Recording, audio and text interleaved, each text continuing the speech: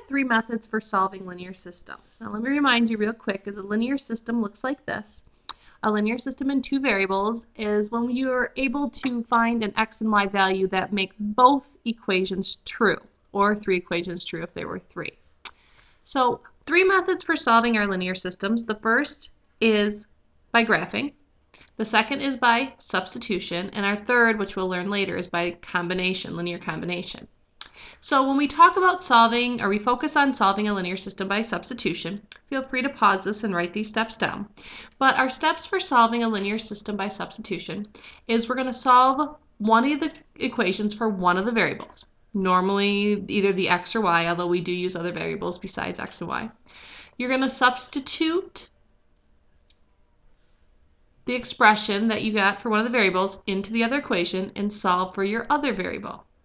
Then you're going to take that value and plug it back into one of the equations to find the value of your other variable. Confused yet? I'll show you an example and this will make more sense. And then step 4 says check the solution in each of the original equations. Now, this will make more sense once you see an example, but I want to remind you of one thing. We've done problems that say solve or evaluate the equation, or evaluate the expression when x equals 5. And then all we do is we take whatever x is equal to and plug it in for x. Well, what we're going to be doing now, though, is we're not going to be just having something as easy as x equals 5. We're going to be solving something like 5y, and we're going to be plugging 5y into an expression, or equation actually. So let me show you an example so this makes more sense. If we look at this linear system, 3x plus y equals 5 and 2x minus y equals 10. The first thing we're supposed to do is we're supposed to solve one of the equations for one of its variables. My advice, pick an easy variable to solve for. Now if I'm looking at both of these, and it doesn't need to be just with the first or just with the second, when looking at these two, I would see probably my easiest variable to solve for would be the y in one of these equations. But keep in mind that this is like saying a negative 1y. So your best bet is to work with this first equation here. Now remember, our step 1 says solve for a variable, so we're going to solve for y. And it doesn't matter which variable you solve for. So I'm going to solve for y by subtracting 3x from each side. 3x's minus 3x's is 0. Here we just have y equals 5 minus 3x, or you can think of it as negative 3x plus 5, however we want to think of it.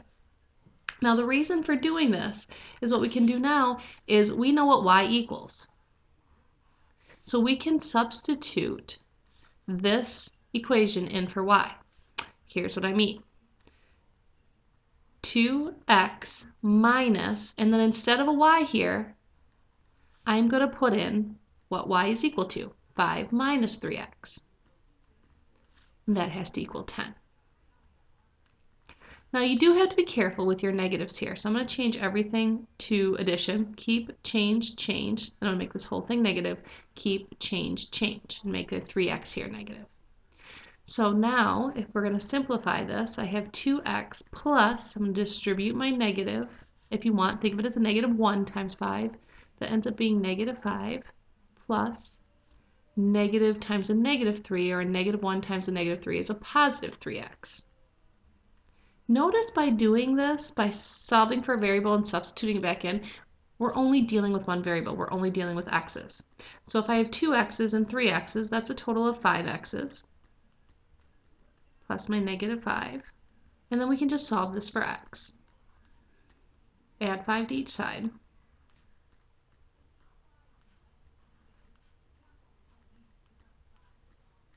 Double check to make sure our 5's cancel.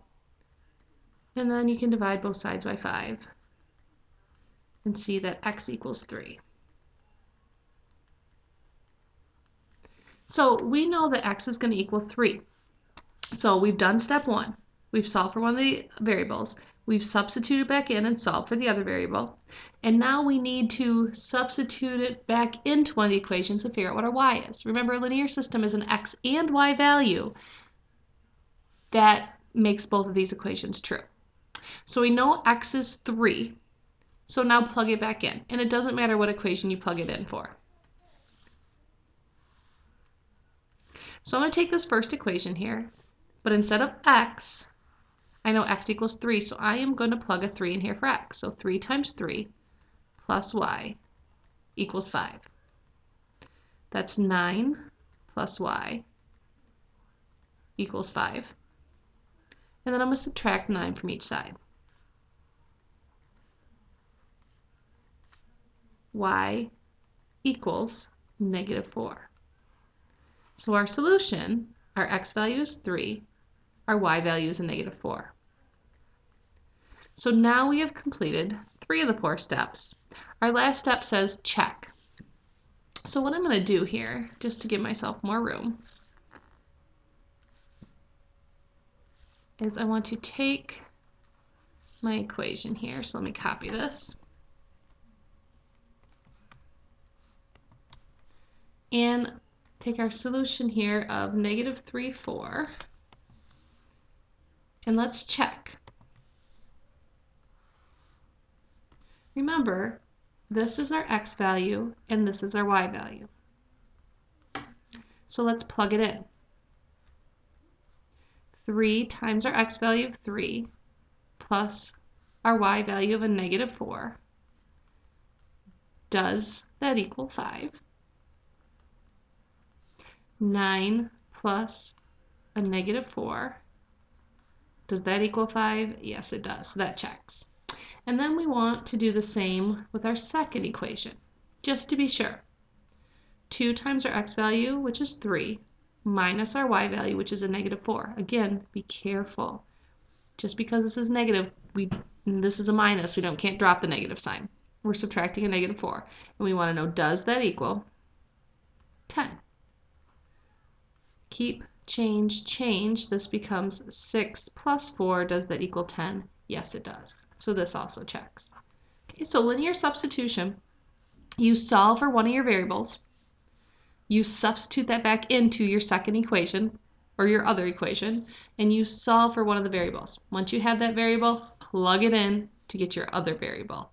And remember, the solution to an inequality is an x and y value, or whatever your variables are, that make both equations true.